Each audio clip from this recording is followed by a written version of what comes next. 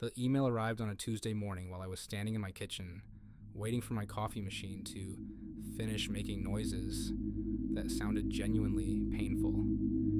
The subject line was, "Important resident safety. Notice."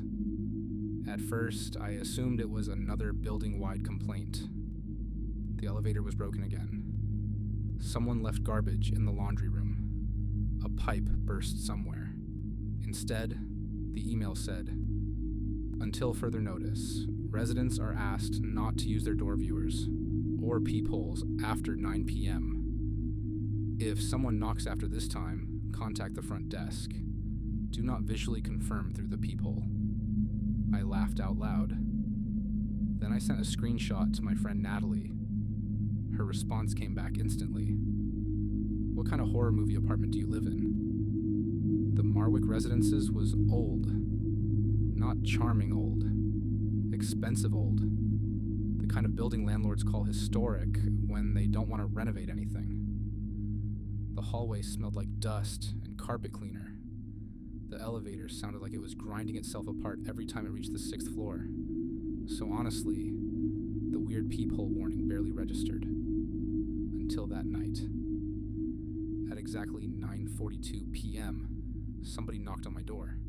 3 taps. Soft. Deliberate. I was sitting on my couch eating cereal and watching TV when I heard it. 3 taps. Not a delivery knock. Not a neighbor. Just 3 careful knocks. I muted the television and listened. Nothing. Then 3 more taps. I walked toward the door automatically. Then I remembered the email. For a second, I stood there feeling ridiculous. It was a peephole. Why would anybody send an email about a peephole? I was 2 steps from the door when my phone buzzed. Another email. Same subject line. Important resident safety notice. This one was much shorter. If you have already looked through your door viewer tonight, remain inside your unit and do not answer the door. My stomach tightened. The knocking came again. 3 taps. Then a voice whispered from the other side of the door. "Don't worry." A pause. "You haven't looked yet." I jumped backwards so hard I knocked my keys off the entry table. For several seconds, I just stared at the door. The voice hadn't sounded threatening. That somehow made it worse. Then the knocking started again. 3 taps. Pause. 3 taps. I called the front desk. A woman answered almost immediately. Her voice sounded bored, like she'd already had this conversation too many times. "Good evening. Marwick Residences. There's somebody outside my apartment." "What unit?" "6C. Silence. Then she asked, "Have you looked through your peephole tonight?" "No." "Are you sure?" "Yes." The knocking stopped. The woman exhaled, not relieved. More like someone who had narrowly avoided a problem. "Good," she said. "Don't start now." "What is going on?" "Do you live alone?" I frowned. "Why?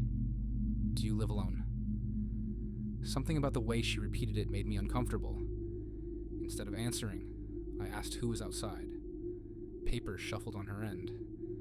Then she said, "Move away from your front door." "Who's out there?" "Maintenance has been notified. It's almost 10 at night."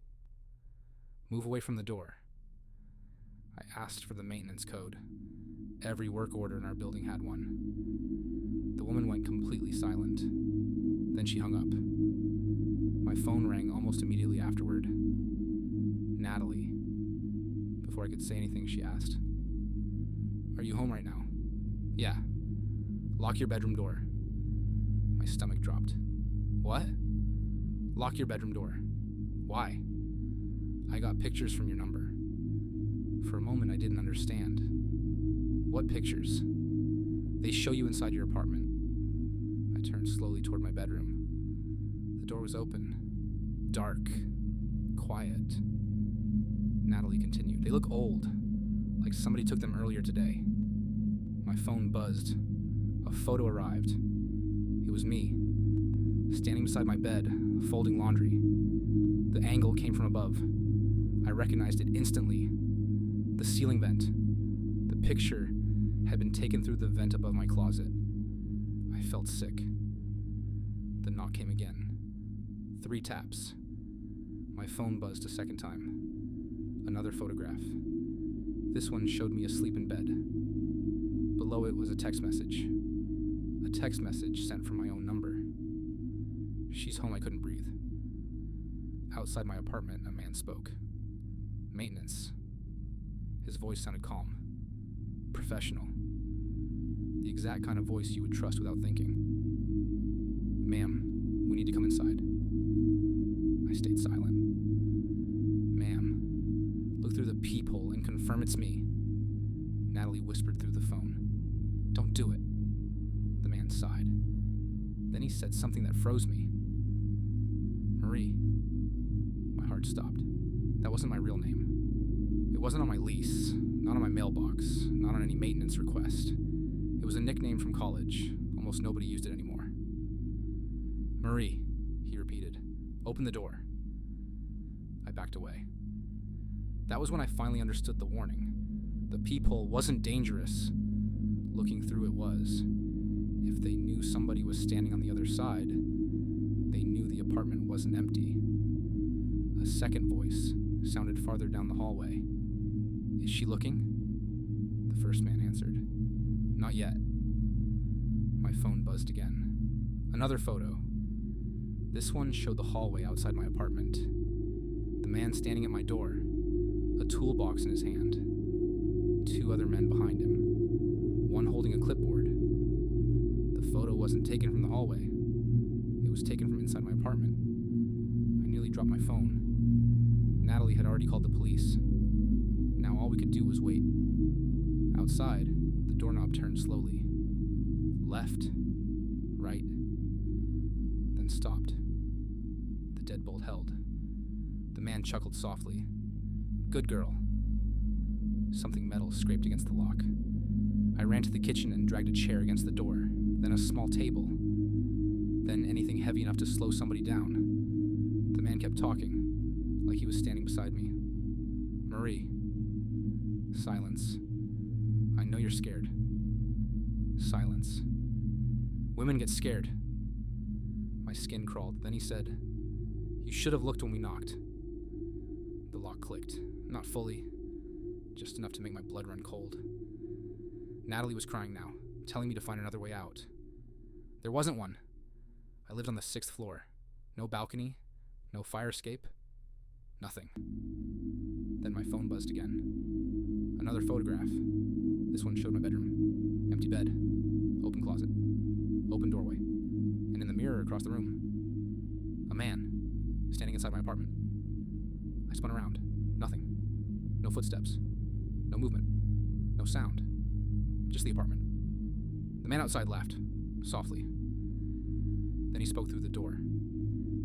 Check the closet. Everything went quiet after that. No knocking. No voices. No attempts at the lock. Just silence. Minutes passed. Then something slid underneath my front door. A photograph. An actual printed photograph.